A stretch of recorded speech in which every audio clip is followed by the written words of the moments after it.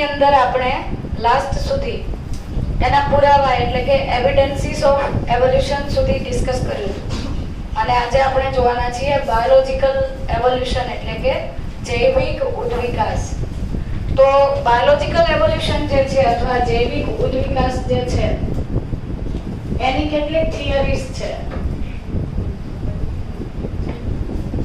આ જૈવિક ઉદ્વિકાસને સમજાવતી પહેલી થિયરી છે એ સાયન્ટિસ્ટ લેમાર્કે આપી છે અને લેમાર્કની યાદમાં આ થિયરીને લેમાર્કવાદ અથવા લેમાર્કિઝમ તરીકે ઓળખવામાં આવે છે.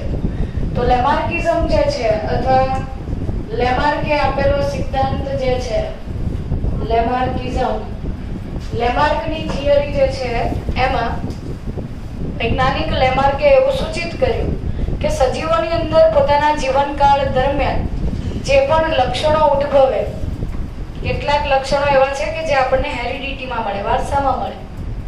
કેટલાક લક્ષણો એવા છે કે જે સજીવો પોતાના જીવનકાળ દરમિયાન વિકસાવે છે, ડેવલપ કરે છે, જેમ કે અનુકૂલન.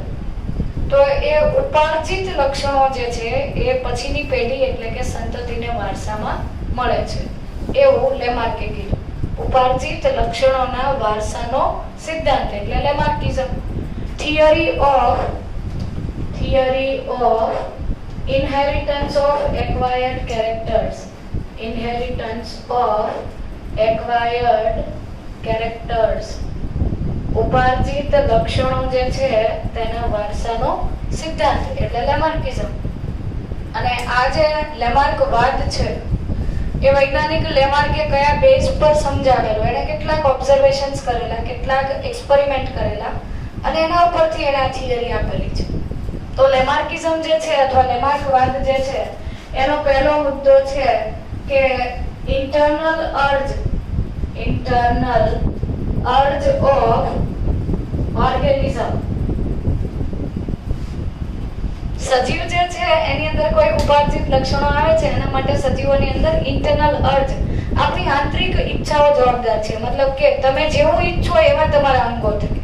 તમે કોઈક અંગનો વારંવાર ઉપયોગ કરો છો તો એ અંગ વધારે વિકસે. કોઈ અંગનો તમે ઉપયોગ નથી કરતા તો એ અંગ જે છે એ અવશિષ્ટ બની જાય, વેસ્ટિજિયલ થઈ જાય, એવું લેમાર્ક માનતા હતા. ખરેખર એ 100% સાચો નથી. આપણે એની ત્રુટીઓ પણ સમજવાના છીએ. પણ લેમાર્કે જે સિદ્ધાંત આપેલો કે શરૂઆતમાં જે જીરાફ હતા, જીરાફ પરના અવલોકન હતા,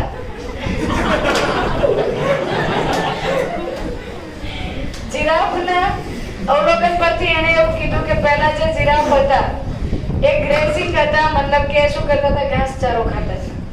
અને ત્યાર પછી સતત કેટલાય વર્ષો સુધી ઘાસ ન મળવાના કારણે જીરાફે જે છે એ વૃક્ષના પાંદડાઓ ખાવાનું ચાલુ કર્યું. પાંદડાઓ ખાતી વખતે નીચા જે પર્ણો હતા એને ખાઈ લીધા. પછી જે ઊંચા પાંદડાઓ, ઊંચા વૃક્ષ પરના પર્ણો શોધવા માટે અથવા એ મેળવવા જીરાફ જે છે એને પોતાની ડોક જે છે, નેક જે છે એ લંબાવવી પડતી.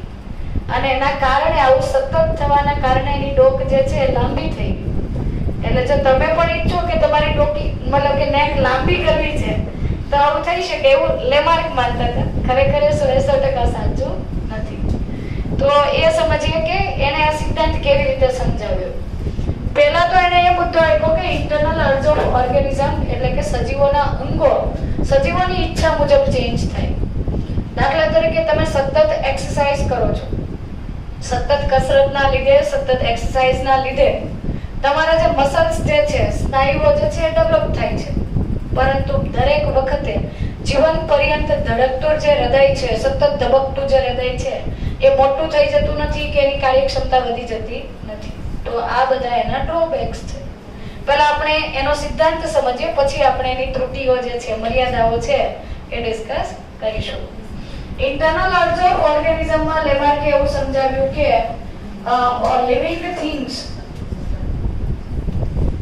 living things and their component parts are continuously increasing. Living things and their component parts are continuously increasing. સજીવો અને તેના શરીરના વિવિધ ભાગો જે છે એ સતત ને સતત વધતા રહે છે, ઇન્ક્રીઝ થાય છે મતલબ કે વૃદ્ધિ પામે છે. Continuously increasing due to an urge એટલે કે એ જે તે સજીવની ઈચ્છાથી એ અંગો વધે છે, વૃદ્ધિ પામે છે. Due to an urge or internal living force, internal living force, life force, internal force of life, and due to an inherent ability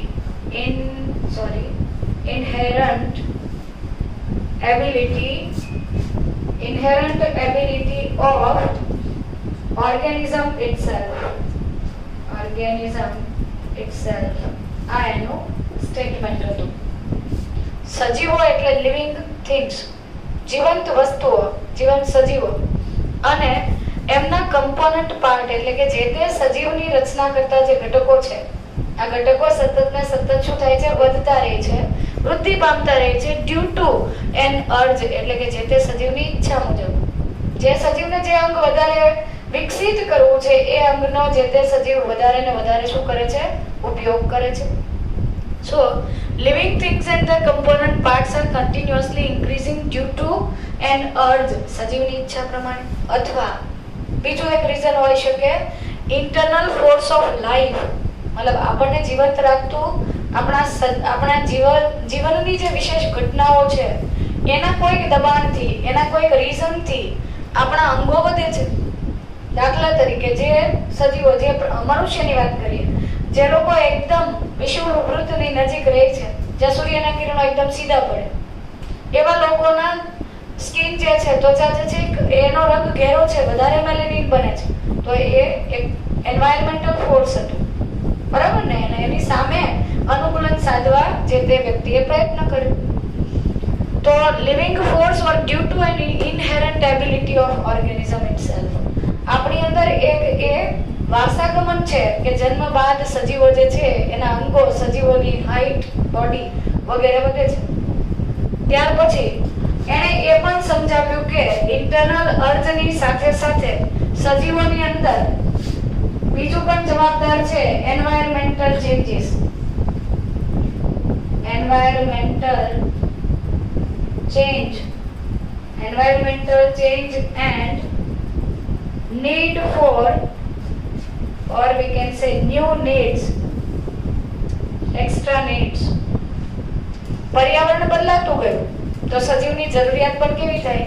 બદલાતી જવાની. બદલાતા પર્યાવરણની અંદર અનુકૂલન સાધવા માટે જે તે સજીવો જે છે એ પોતાની અંદર કેટલાક દેહધાર્મિક પરિવર્તનો કરે, બાહ્યાકાર રચનાના ફેરફારો કરે, અંતસ્થ રચનાના ફેરફારો કરે, અને એના કારણે નવા લક્ષણો, નવી રચનાઓ અને ઇવન વર્તણૂકમાં ફેરફાર આવે છે. તો એન્વાયરમેન્ટલ ચેન્જ ઓર ન્યુ નીડ્સ. એન્વાયરમેન્ટ એટલે કે પર્યાવરણ. Environment keeps on changing and thus influences the organism. પર્યાવરણ સતત બદલાતું રહે છે, સતત ને સતત પર્યાવરણની અંદર શું થાય? પરિવર્તન આવતું રહે. તાપમાન વધી ગયું અથવા વરસાદ ન પડ્યો. હવે પેલો જે જીરાફનો કેસ એને લીધો તો એમાં જીરાફ જે છે એ પહેલા સામાન્ય ઘાસ ખાતું હતું, પરંતુ દુષ્કાળના લીધે સતત ને સતત એ વિસ્તારની અંદર ધારો કે દુષ્કાળ પડ્યો તો એના કારણે એને ઘાસ મળતું નથી. એ પર્યાવરણ બદલાણું અને એના કારણે કેટલીક નવી જરૂરિયાતો ઊભી થઈ, અને એ જરૂરિયાતોને સંતોષવા માટે સજીવે પોતાની અંદર કેટલાક નવા સ્ટ્રક્ચર્સ બનાવ્યા, કેટલાક મોડિફિકેશન્સ કર્યા, મતલબ કે કેટલાક રચનાકીય ફેરફારો કર્યા અને કેટલાક વર્તણૂકના ફેરફારો કર્યા, અને ત્યાર પછીની પેઢીમાં આ પરિવર્તનો વારસાગમન પામ્યા હશે એવું લેમાર્કે સૂચવ્યું. So environment keeps on changing and thus influences organisms જે છે, સજીવો જે છે એ બદલાતા પર્યાવરણમાં due to change in environmental conditions,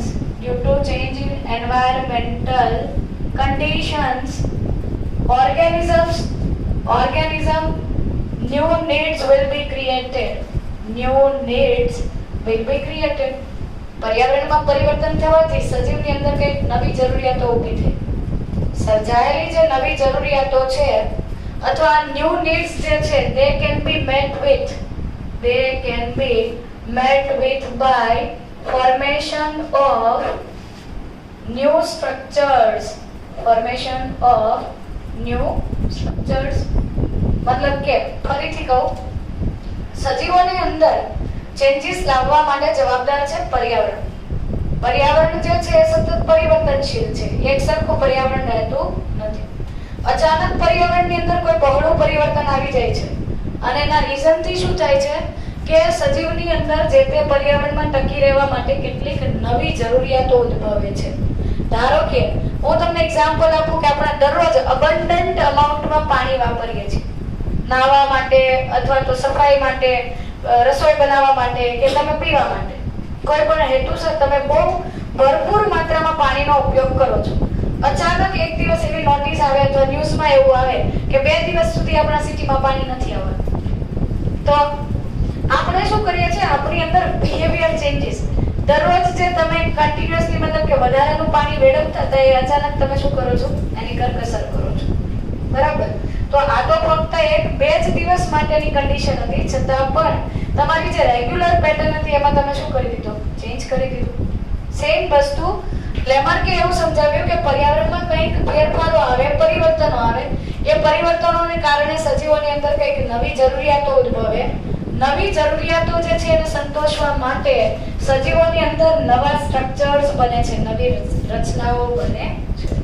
આમ બદલાતા પર્યાવરણને લીધે thus change in environment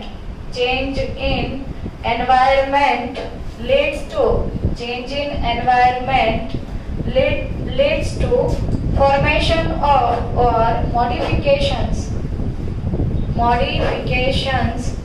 in structure, એટલે કે structural modifications and behavioral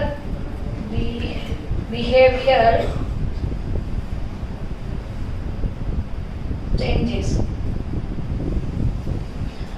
So પર્યાવરણ બદલાવાથી સજીવો પોતાની અંદર કેટલાક રચનાકીય પરિવર્તનો કરે છે.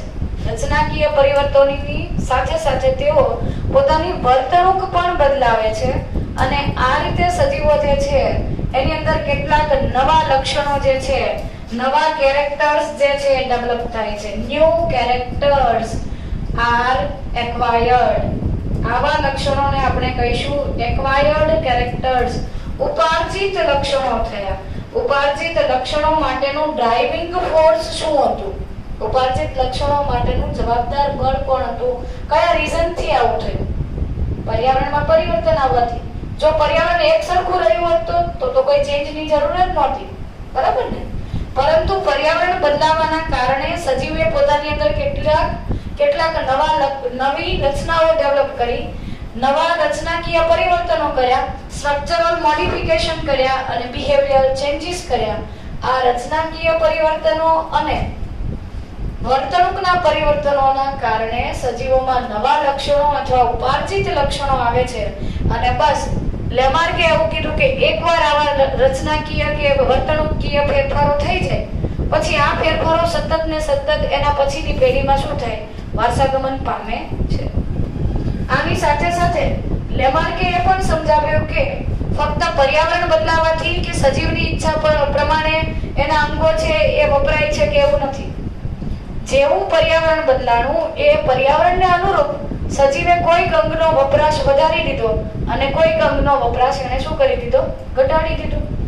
અને એના કારણે નવા લક્ષણો અથવા ઉપાર્જિત લક્ષણો જે છે એ સર્જાયા હશે. ચાલો, તો 2 મુદ્દાઓ થયા કે લેમાર્કે પહેલો મુદ્દો એ સમજાવ્યો કે સજીવો જે છે એના અંગો અને સજીવો સતત વૃદ્ધિ પામે છે અથવા વધતા રહે છે જન્મ બાદ, તો internal earth of organism.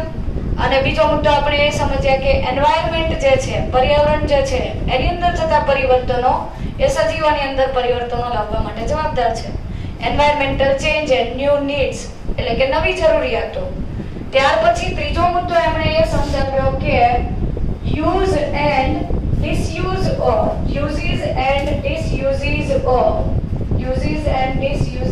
Of organs. જો પર્યાવરણ બદલાનું તો બદલાતા પર્યાવરણ સાથે સજીવોએ કેટલાક અંગોનો વપરાશ વધાર્યો અને કેટલાક અંગોનો વપરાશ એવું થયું કે બંધ થઈ ગયો. બરાબર? તો એના કારણે જે અંગો વપરાયા એ અંગો વધારે ડેવલપ થયા, વધારે વિકસિત થયા, અને જે અંગો નથી વપરાતા એ અંગો શું થાય છે, ધીરે ધીરે કાર્યક્ષમતા ગુમાવે છે. એટલે કે એ વેસ્ટિજિયલ બને છે અથવા અવશિષ્ટ બને છે. તો આ મુદ્દો એમણે એવી રીતે સમજાવ્યો કે due to change in environment, new needs are created. For new needs, to meet the new needs, the organisms have developed certain new characters. નવા કેટલાક લક્ષણો અથવા તો સ્ટ્રક્ચર્સ બનાવી દીધા છે. આ એક ઘટના એની અંદર નવી થઈ. પહેલા જે હતા એની અંદર કઈક નવા લક્ષણો આવ્યા. એના લીધે use of certain organs is increased. કેટલાક અંગોનો વપરાશ વધી ગયો અને કેટલાક અંગોનો વપરાશ આપમેળે શું થયો, ઘટી ગયો. એવું એમણે કહ્યું હતું પોતાની થિયરીમાં. Use of certain organs and disuse of certain organs. કેટલાક ઓર્ગન્સ છે એનો વપરાશ તો બંધ જ થઈ ગયો. જાણે કેટલાક અંગો છે એ બહુ વપરાતા થયા, કેટલાક અંગોનો વપરાશ બિલકુલ ન થયો. આ રીઝનથી જે અંગો વધારે વપરાયા એ અંગો શું થયા, ડેવલપ થયા, વધારે સક્ષમ બન્યા. એટલે કે એની એફિશિયન્સી વધી.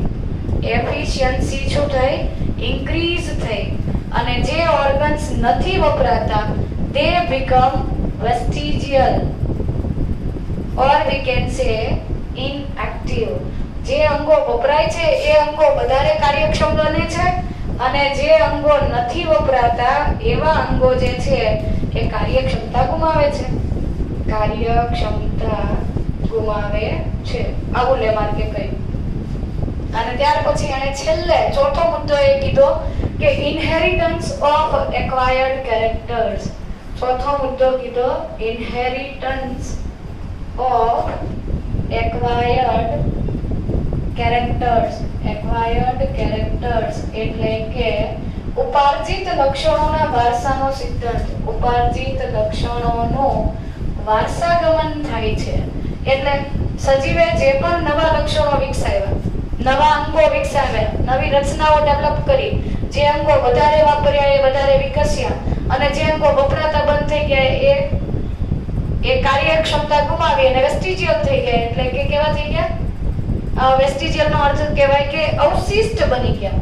તો આવા કેટલાક અંગો બહુ ડેવલપ થઈ ગયા છે, કેટલાક અંગો અવશિષ્ટ થઈ ગયા છે અને કેટલાક નવા લક્ષણો આવેલા છે. આ બધી જ જે સંરચનાઓ છે, રચનાકીય પરિવર્તનો, વર્તણૂકના પરિવર્તનો છે, આ બધા જ પરિવર્તનો પછી સ્ટેબલ થઈ જાય, સ્થાયી થઈ જાય અને વારસાગમન પામે છે.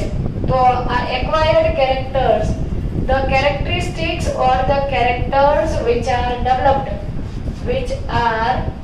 developed by organisms during their life cycle or during their lifespan now they become acquired. એ આ લક્ષણો ઉપાર્જિત થયા, ચેતક સજીવની અંદર આ લક્ષણો સ્થાયી થયા, સ્ટેબલ થયા and they are inherited into the next generation. આવી રીતે ઉદ્વિકાસ થયો હશે. જૈવિક ઉદ્વિકાસ માટેની આ થિયરી લેમાર્કે આપી. લેમાર્ક એવું માનતા હતા કે સજીવોની અંદર સજીવો અને તેના અંગો સતત પરિવર્તન પામે છે, બદલાતા રહે છે અથવા વધતા રહે છે. જેવી પર્યાવરણીય પરિસ્થિતિઓ સર્જાય છે એના અનુરૂપ સજીવોના અંગોની અંદર પણ પરિવર્તનો આવે છે. તો સજીવોના અંગો એટલે આપણે આ લખ્યું કે ભાઈ change in environment leads two new needs. પર્યાવરણની અંદર બદલાવ આવવાથી કુદરતી રીતે પર્યાવરણ બદલાવ, એના કારણે કેટલાક નવા લક્ષણોની જરૂર પડી. નવી જરૂરિયાતને સંતોષવા સજીવે નવી રચનાઓ વિકસાવી. આવા રચનાકીય ફેરફારો અને વર્તનકીય ફેરફારો કરી સજીવે નવા લક્ષણો વિકસાવ્યા. તેની સાથે સાથે આ લક્ષણોમાં સજીવે કેટલાક અંગોનો વપરાશ, એવી પરિસ્થિતિ છે કે એના કેટલાક અંગો ખૂબ વપરાય છે અને કેટલીક એવી પરિસ્થિતિ છે કે એના અમુક અંગો તો વપરાતા જ નથી. જે અંગો વપરાય એ અંગો કેવા થાય? વધારે વિકસે છે, વધારે કાર્યક્ષમ બને છે. જે અંગો નથી વપરાતા એ અંગો અવશિષ્ટ થઈ જાય છે. આના ઉપરથી એને એવું સમજાવ્યું કે સજીવો પોતાના જીવનકાળ દરમિયાન જે લક્ષણો વિકસાવે છે, સજીવો પોતાના જીવનકાળ દરમિયાન જે લક્ષણો વિકસાવે છે, જીવનકાળ દરમિયાન જે લક્ષણો નવા વિકસાવે છે અથવા મેળવે છે, વિકસાવે છે, તે પછીની સંતતિમાં, તે તેના પછીની સંતતિ કે પેઢીમાં વારસાગમન પામે છે. અને આવું એક જ જાતિના એક જ સભ્યમાં નથી થતું. એમણે એવું કીધું કે દુષ્કાળના કારણે બધા જ જીરાફને આ કન્ડિશન આવી. બધા જ જીરાફને ઘાસ મળતું બંધ થઈ ગયું. બધા જ જીરાફે પેલા વૃક્ષના પાંદડાઓ ખાવાનું ચાલુ કર્યું. નીચા પાંદડાઓ પહેલા ખવાઈ ગયા, પછી ઊંચા વૃક્ષના પાંદડાઓ મેળવવા માટે એને વધારે મહેનત કરવી પડતી ને એના કારણે એની નેક જે છે, એની ડોક જે છે એ લાંબી થઈ ગઈ. અને બસ ત્યાર પછી આ લક્ષણ સ્થિર થઈ ગયું અને એ બાબત જે છે એના પછીના પેઢીમાં વારસાગમન પામતી ગઈ. તો આવા બે એક્ઝામ્પલ એને ડિનોટ કર્યા કે એક લક્ષણ એને આપ્યું કે ભાઈ જીરાફની ડોક, એનો જે ઉદ્વિકાસ જે છે એ એને સમજાવ્યો. અને ત્યાર પછી બીજું એને એક્ઝામ્પલ આપ્યું કે સાપના ઉપાંગો. આપણે જે કીધું ને કે યુઝીસ એન્ડ ડિસયુઝીસ ઓફ ઓર્ગન્સ, એટલે કે સજીવો પોતાના જે અંગનો વપરાશ વધારે કરે એ અંગો વધારે વિકસે છે અને જે અંગોનો વપરાશ નથી કરતા એ અંગો નિષ્ક્રિય થાય, વેસ્ટિજિયલ થાય. તો લેમાર્કે એવું સમજાવ્યું કે સાપ જે છે એ ગુફાવાસી દરવાસી પ્રાણી છે, એટલે કે જમીનની અંદર તે દર બનાવીને વસવાટ કરે છે. તો દરની અંદર રહેતું હોવાના કારણે દરની અંદર તો એને ખાલી જમીનની અંદર સરકવાનું છે, એના માટે એને ઉપાંગોનો વપરાશ બંધ કરી દીધો હશે ને એના કારણે ઉપાંગ રહિત અવસ્થા આવી હશે એવું લેમાર્ક માનતા હતા. પરંતુ એના કેટલાક ડ્રોબેક્સ છે. જેમ કે જે વોરેશિયસ રીડર્સ છે, વોરાશિયસ રીડર મતલબ કે જે બહુ જ વાંચે છે, એવા વ્યક્તિની આંખ શું મોટી થઈ જાય છે? એવા વ્યક્તિની આંખ મોટી થઈ જતી નથી કે કાર્યક્ષમ બનતી નથી, ઉલટાની ધીરે ધીરે કાર્યક્ષમતા ગુમાવે છે જેમ જેમ આપણી એજ વધે. પણ લેમાર્કે તો એવું કીધું હતું કે સજીવો અને એના અંગો સતત વધતા રહે છે. જે અંગ વપરાય એ વધારે વૃદ્ધિ પામે, જે અંગ નથી વપરાતું એ નિષ્ક્રિય બને. તો આ બાબતમાં લેમાર્ક ખોટા સાબિત થયા. હા, એ વાત સાચી છે કે તમે બહુ જ એક્સરસાઇઝ કરો તો તમારા મસલ્સનો ડેવલપમેન્ટ થાય, તમારી ફિઝિકલ ફિટનેસ વધે, પરંતુ જીવન પર્યંત ધબકતું હૃદય કદમાં મોટું થતું નથી કે કાર્યક્ષમતા વધારી શકતું નથી. એટલે આવા અપવાદોના કારણે લેમાર્કનો વાદ જે છે એ સર્વ સ્વીકૃત રહ્યો નથી. લેમાર્ક પછી ઘણા બધા વૈજ્ઞાનિકોએ આ સિદ્ધાંતને નકારી કાઢ્યો, પણ કેટલાક એ પણ પુરાવાઓ છે કે લેમાર્કે એવું કહ્યું હતું કે જે અંગો નથી વપરાતા એ અવશિષ્ટ બને છે. એ વાત સાચી. જેમ કે આપણી ડામણ દાઢ, વિઝડમ ટૂથ, આપણા પૂર્વજોમાં વપરાતી હશે, આપણે મતલબ કે પછી પેઢી દર પેઢીનો વપરાશ બંધ થઈ ગયો તો એ કેવી બની ગઈ? અવશિષ્ટ. કૃમિરૂપ આંત્રપુચ્છ, એમાં પણ આવું જ થયું છે. પહેલા આંત્રપુચ્છ વપરાતું હશે, પછી તેનો વપરાશ ધીરે ધીરે બંધ થવાના કારણે એ અવશિષ્ટ બન્યું. આંખનું ત્રીજું પોપચું, આંખનું ત્રીજું પોપચું જે છે એ તમારા આ ભાગની અંદર, તમારી આંખ જે છે આ આંખ છે તો એના આ ભાગની અંદર એક ત્વચાનો એક તમને પિંક કલર જેવો હિસ્સો દેખાય છે. એ ઊંટની અંદર અને કેટલાક પક્ષીઓ કે પ્રાણીઓની અંદર એ સક્રિય છે કે જ્યારે માટી કે રેતી બહુ ઉડતી હોય ત્યારે આ આંખનું ત્રીજું પોપચું છે એ નેત્રમણી જે છે એને ઢાંકી દે છે, જેથી કરીને આંખનું રક્ષણ થાય. આપણી અંદર એ પ્રેઝન્ટ છે પણ કાર્ય કરતું નથી. તમે જુઓ તો કેટલાક દુધાળા પશુઓ છે એ અવાજ તરફ તમે હોર્ન બજાવો છો તો કેટલાક જે પ્રાણીઓ છે, ચરતા પશુઓ છે, એ પોતાના કાન જે છે બાહ્ય કર્ણપટલની મૂવમેન્ટ કરે છે. એના માટે એની અંદર સ્નાયુઓ છે. એવા જ સ્નાયુ આપણા કાનમાં પણ છે, પરંતુ આપણા કાન આપણી ઈચ્છા મુજબ આમ વળી શકતા નથી. એનો મતલબ કે આપણા પૂર્વજો પેલા આ સ્નાયુનો વપરાશ કરતા હશે એટલે એ સક્રિય હતા, ધીરે ધીરે તેનો વપરાશ બંધ થઈ ગયો તો નિષ્ક્રિય થઈ ગયા. એટલે લેમાર્ક વાદ કેટલાક કિસ્સાને સમજાવવા માટે સાચો સાબિત થયો, પરંતુ 100% ઉદ્વિકાસ સમજાવવા માટે તે સત્ય સાબિત થયો નથી. તો આ થઈ ગયો લેમાર્કવાદ અને એની ત્રુટીઓ. નેક્સ્ટ પાર્ટ જે છે તેની અંદર આપણે ડાર્વિનિઝમ એટલે ડાર્વિને જે નેચરલ સિલેક્શન એમણે જે પ્રાકૃતિક પસંદગીવાદ આપ્યો તો એ આપણે સમજવાના છીએ.